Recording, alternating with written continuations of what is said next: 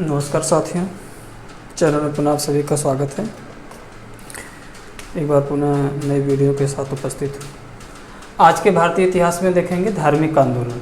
ठीक है ना, इस समय भारतीय इतिहास के ही संबंध में चर्चा हो रही है, खासकर प्राचीन भारत का इतिहास।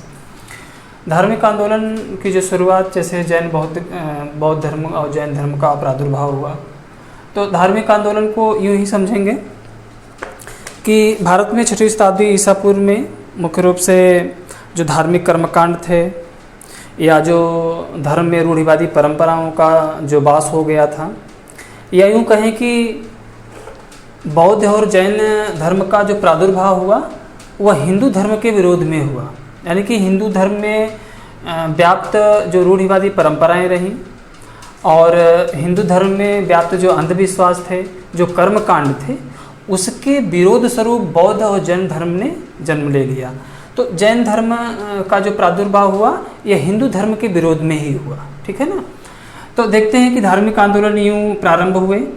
तो जैन शब्द को देखते हैं कि जैन शब्द का अर्थ क्या होता है। तो जैन शब्द जैसा कि आप जानते हैं कि किससे बना है, जिन से बना है। जैन शब्द जो किससे बना है, जिन शब्द या जिन धातु से बना है।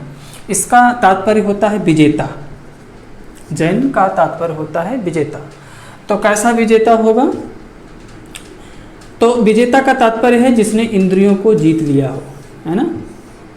जिसने इंद्रियों को जीत लिया हो उसे विजेता, यानी कि जिन शब्द, यानी कि जिन का तात्पर्य ही होता है जिसने इंद्रियों को जीता हो।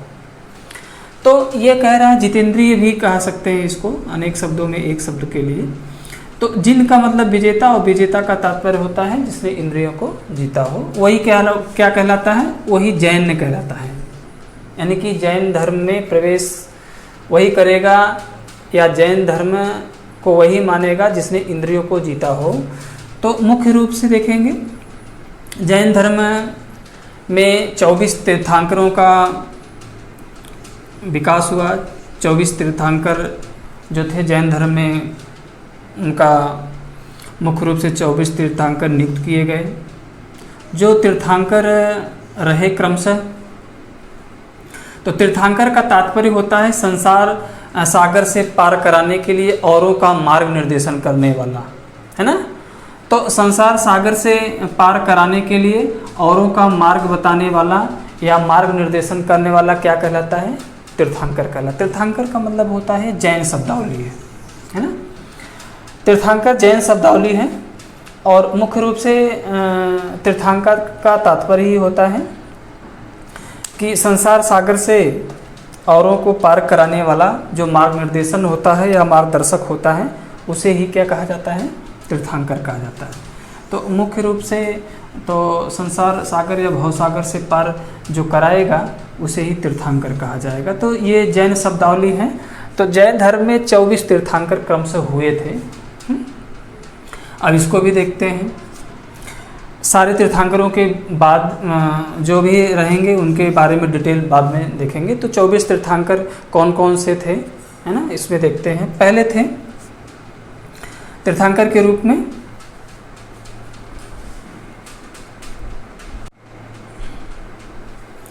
तो पहले तीर्थंकर के रूप में कौन रहे हैं? ऋषभदेव। ठीक है ना, ऋषभदेव पहले तीर्थंकर के रूप में रहे हैं। तो ऋषभदेव जो थे ये पहले तीर्थंकर रहे। हाँ, ऋषभदेव, ठीक है ना।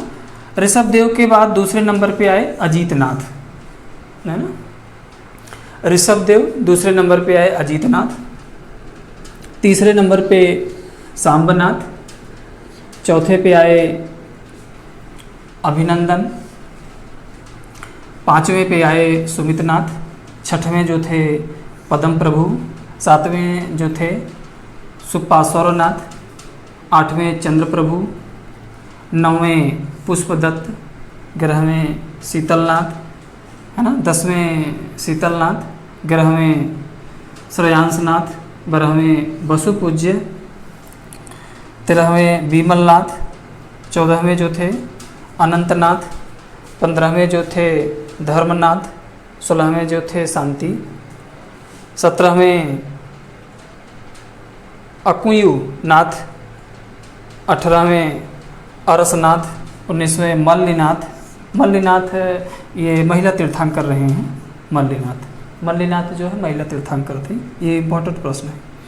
19वें मल्लिनाथ, 20वें मुंशी व्रतनाथ, 21वें नमी, 22वें नेमिनाथ, 23वें पार्श्वनाथ, 24वें महावीर स्वामी। ठीक है ना। तो जैसा कि देखते हैं कि महावीर स्वामी अंतिम तीर्थंकर थे। ठीक है ना, यानी कि जैन धर्म के वास्तविक संस्थापक थे। तो इसमें देखेंगे जैसे पहले को पूछता है ऋषभ देव को पूछता है, तो ऋषभ देव पहले तीर्थंकर रहे हैं। लास्ट में जो इम्पोर्टेंट है ये 22वें नेमिनाथ, 23वें पार्श्वनाथ और 24वें महावीर स्वामी। इसमें महिला तीर्थंकर को भी कभी कभी पूछ देता है कि 24 तीर्थंकरों में महिला तीर्थंकर कौन थी, तो मल्लिनाथ महिला तीर्थंकर थी।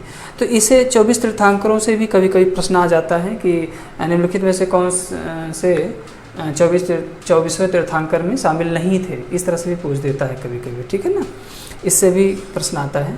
तो ये आगे आपको आप ज़्यादा से ज़्यादा जैसे ऋषभ देव के बारे में पढ़ेंगे, है ना, इनके विचार पढ़ेंगे, इनके सिद्धांत पढ़ेंगे, उसके बाद पार्श्वनाथ को पढ़ेंगे, महावीर स्वामी को पढ़ेंगे, तो ये काफ़ी डिटेल में क्लास चलेगी। ठीक है ना।